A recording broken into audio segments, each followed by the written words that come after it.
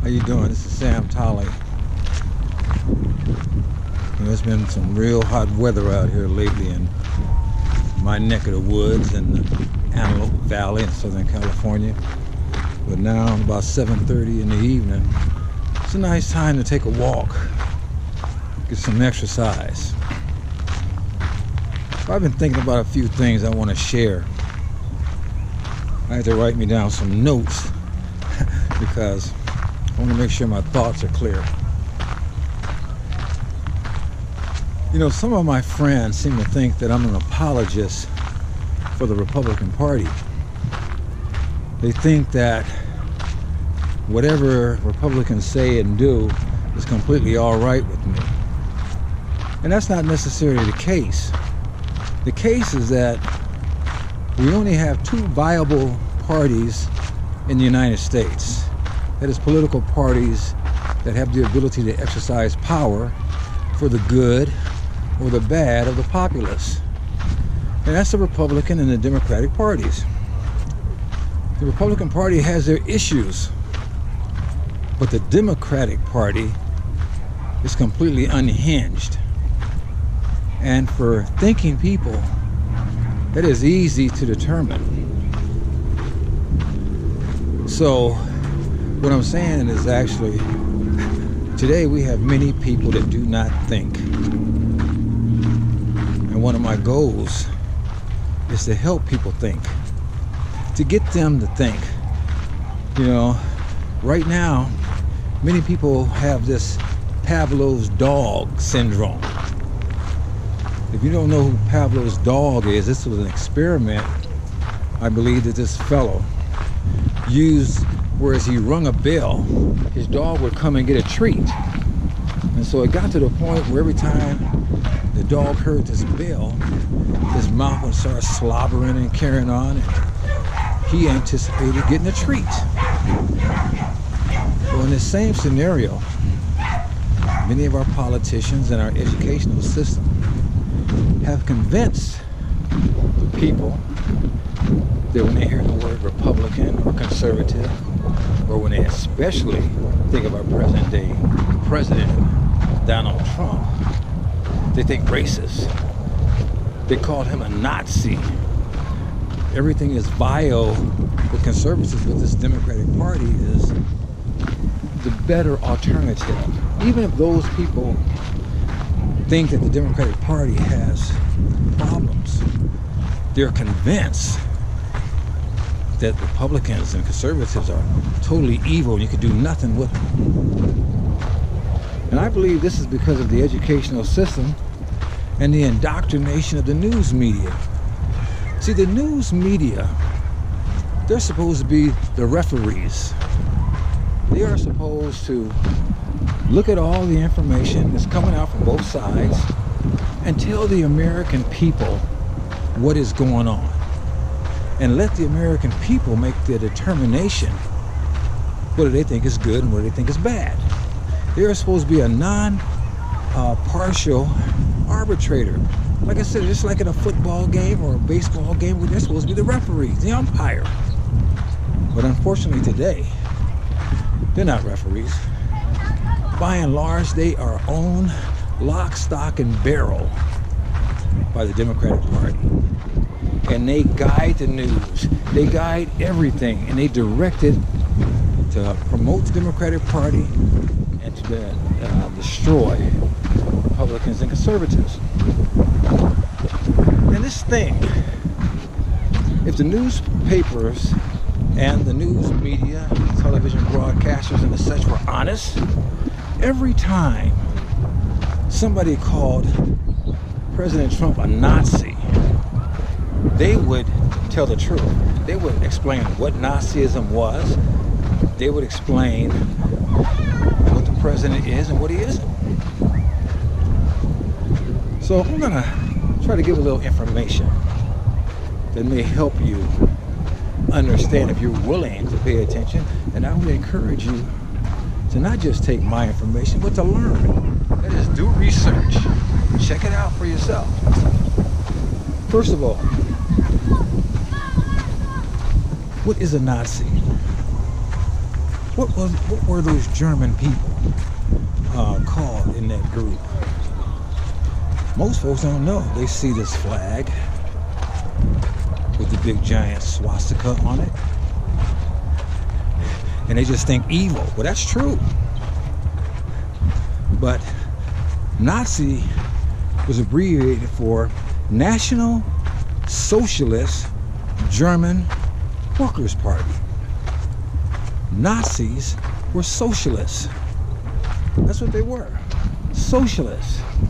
They weren't capitalists like Americans are.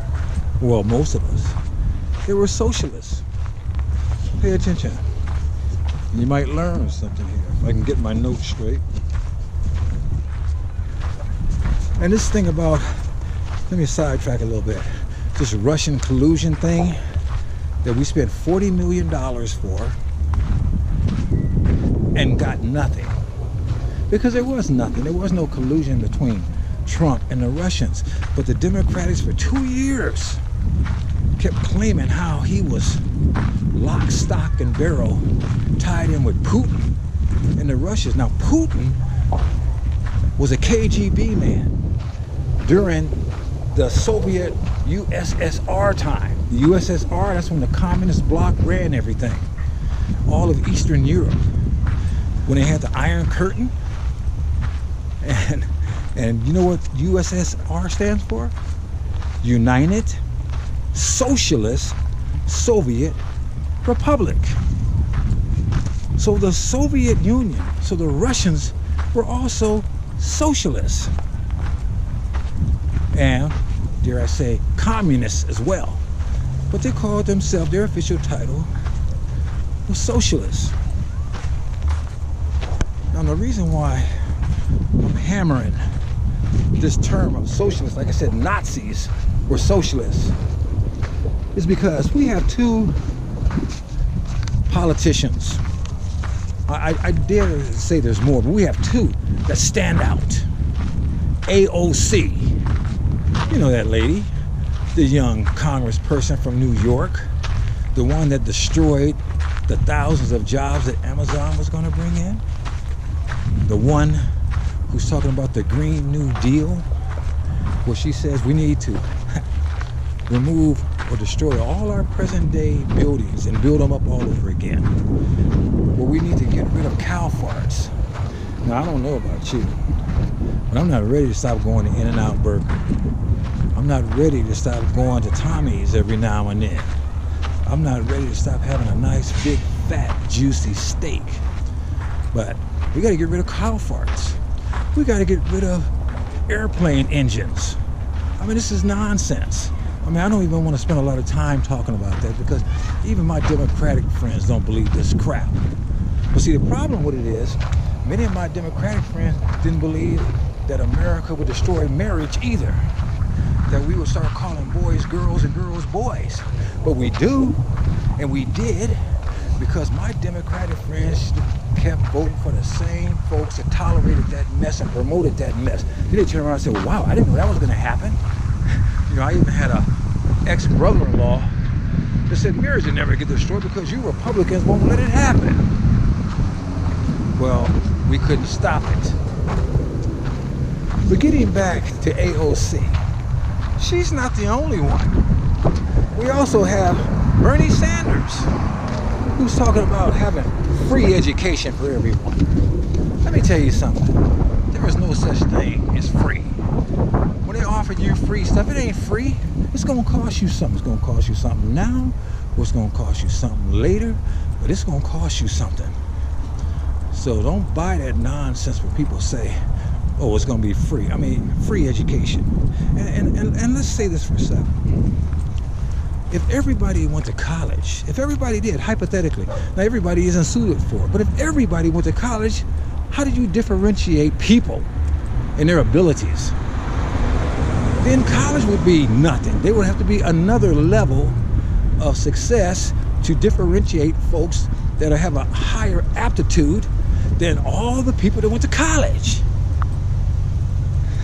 You know, these socialists, they talk this nonsense, and what end up happening is that you have two classes of people. You have those rich folks that are sitting over there dictating, telling everybody else what to do, and you have everybody else doing it.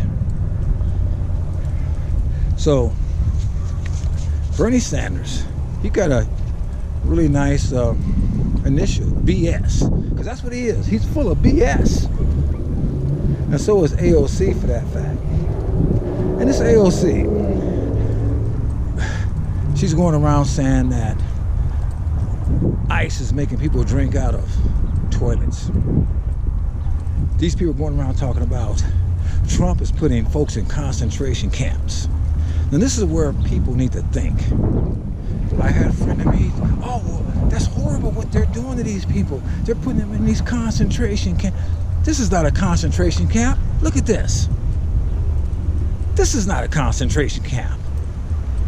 And dare I say, do those look like concentration camps? I'm gonna show you what a concentration camp look like. This is a concentration camp. Look at those folks. They barely even got skin on their bones, less alone bones. This is a concentration camp. Don't turn away, look at it. And look at this. This man, this is probably one of these Germans, you know, they forced these people to come and move bodies after the war was over because they claimed that they didn't know that this was going on. And Dwight Eisenhower, he made the German citizens come out there and start burying these folks.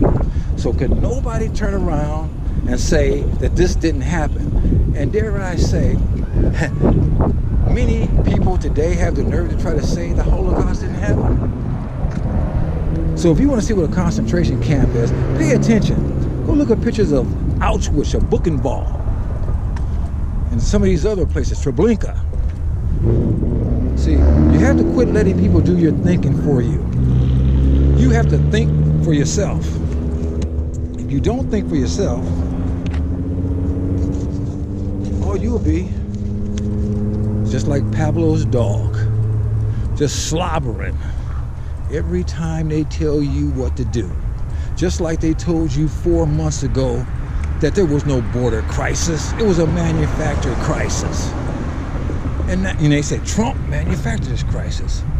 And now these same Democrats is running around saying, oh, it's a border crisis. They got people in concentration camps. And that's another thing you need to think about. How many Americans went down to Guatemala, San Salvador, Mexico, Honduras, and started dragging these people up here across the border? How many of us did that? Not a single one. How in the heck is our fault that these people are coming over here overloading our system? And then the news media, the so-called referee, and their allies, the Democratic Party, is trying to make it look like we're the bad guy because we don't want to let all these folks with mumps, measles, who in the hell knows what other kind of diseases come through our borders illegally. And that begs another question. We got these people that are in Congress, people that are quote-unquote lawmakers. The laws of this country are made in the Congress. The executive office, the office of the presidency, is supposed to administer those laws. And the judicial office, the courts, is supposed to interpret it. But we got folks in the Congress telling illegals to break the law. Well, hell, if illegals can break the law, why should I obey it? Why should you obey it? Why should we pay taxes? Why should we stop at red lights? Why should we not just walk into the bank and take money? Why should I just walk in your house and take it over? They know that we will do that. They know that we won't do it. They know that we will obey the law. They trust us to obey the law while they're telling other folks that don't belong here not to obey the law and come here. And then people like us are supposed to feel so sorry for those folks that are screwing us. When I say those folks, I'm not talking about the people crossing the border. I'm talking about them folks in Congress or on the news or all these other people that are telling us that we should feel sorry for these other folks.